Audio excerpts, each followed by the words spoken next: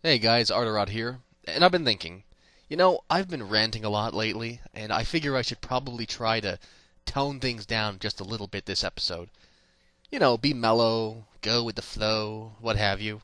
So I'm going to be the one with the universe today, and discuss a subject that I think should be safe on my sensibilities. Crowdfunding. Now, there have been a fair number of videos zipping about related to crowdfunding, sometimes called crowdfinancing. Now, for the uninitiated, this involves the creation of an online fundraiser towards a specific goal to fund an indie movie, renovate an old monument, keep your site from having ads, stuff like that. Usually, these fundraisers have a specific amount of time, a monetary goal to reach or exceed, and sometimes promised rewards for higher contributions. Now, most of the vids I've seen have been decidedly negative about crowdfunding, and understandably so, since there's a whole bunch of stupid stuff out there. But you have to keep in mind that, like anything, this is a tool and nothing more, and that even though it has the power to make the already rich and influential people even richer, it can also advance the arts and, sometimes, be the unexpected ray of joy in someone's life. Now, this was all over the news only a month or two ago, and therefore some of you may have already heard about this. Now, our story begins with a 68-year-old woman who worked as a school bus monitor on a bus where four 13-year-old boys essentially set out to torment her, calling her a fat, old, ugly troll. They told her that she had no family because everyone killed themselves to get away from her. This being a woman whose eldest son took his own life a decade ago. So they're jerks, but hey, jerks all over the place. So no need to blow things out of proportion. I'm fine, really, just fine. Let's just scurry along. Okay, one of the kids, not sure if he was one of the tormentors or someone who sympathized or just someone who thought it was funny, recorded one of these little fun sessions on a video camera and ended up posting the bullying on YouTube. Now, the video went viral, and suffice to say, very few people were amused by this. One of them, a Toronto man by the name of Max Sidorov, was so outraged and uncomfortable at this video, he began a little fundraiser. The goal? To give this woman a wonderful vacation from the crap she was dealing with. Now, the goal set to achieve this was $5,000 in contributions, and it was given a healthy amount of time until the deadline passed, just to try and make sure they could reach this goal. However, it was just the goal, not the limit. And as it turns out, there were a lot of people outraged by that video.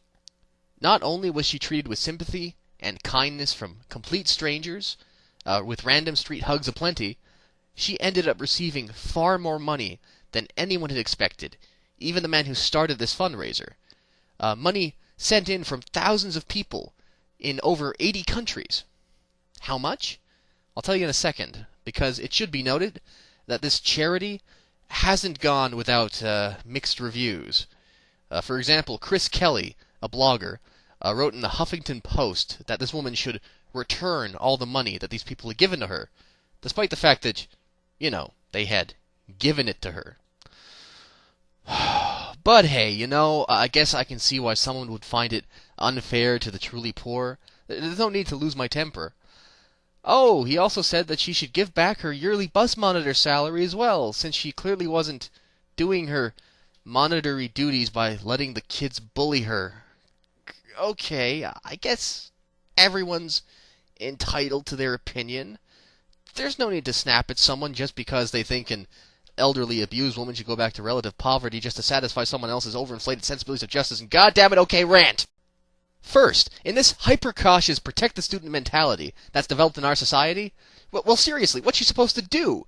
People have gotten fired for hugging students, so she can't bitch-slap them back into line. Though trust me, plenty of people who saw the video would have happily done it for her.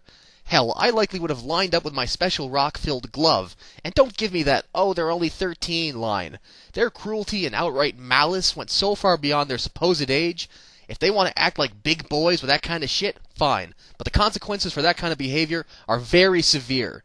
Hell, if I mercilessly abused an elderly woman who did not deserve it in that way, I would have had the crap beaten out of me by a mob, and you'd be hard-pressed to find someone sympathetic towards my plight. But hey, I'm an adult, right? My responsibility all justified. Now, some of you might be asking, well, why not just tell the principal or the school board about this? Well, then what? Reporting the students and admitting she couldn't get that group to behave, bottom line, would probably have just cost her the only job that was keeping her financially afloat. I mean, seriously, you think she was on that bus dealing with those little shits for kicks? I don't think so. Second, this money was given to her freely and without deceit or even expectation.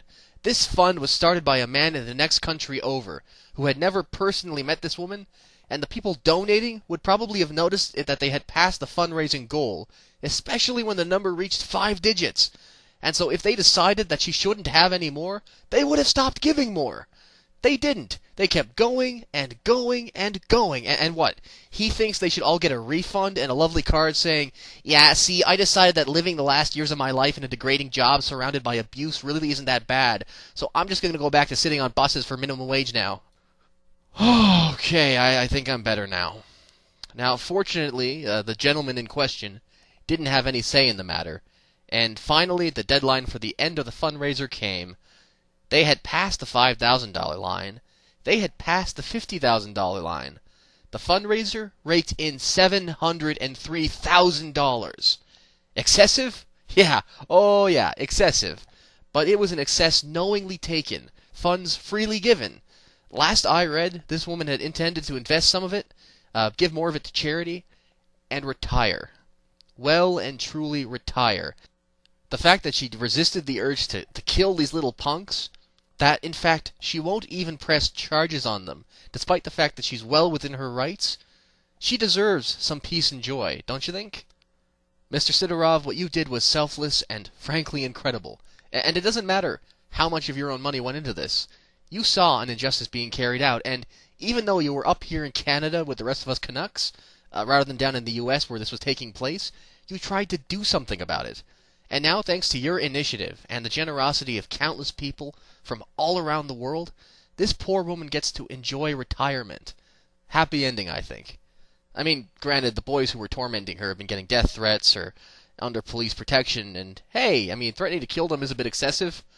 Okay, actually, it's pretty excessive, but I can't really muster the willpower to focus on that, so someone else can make a video about that dilemma instead.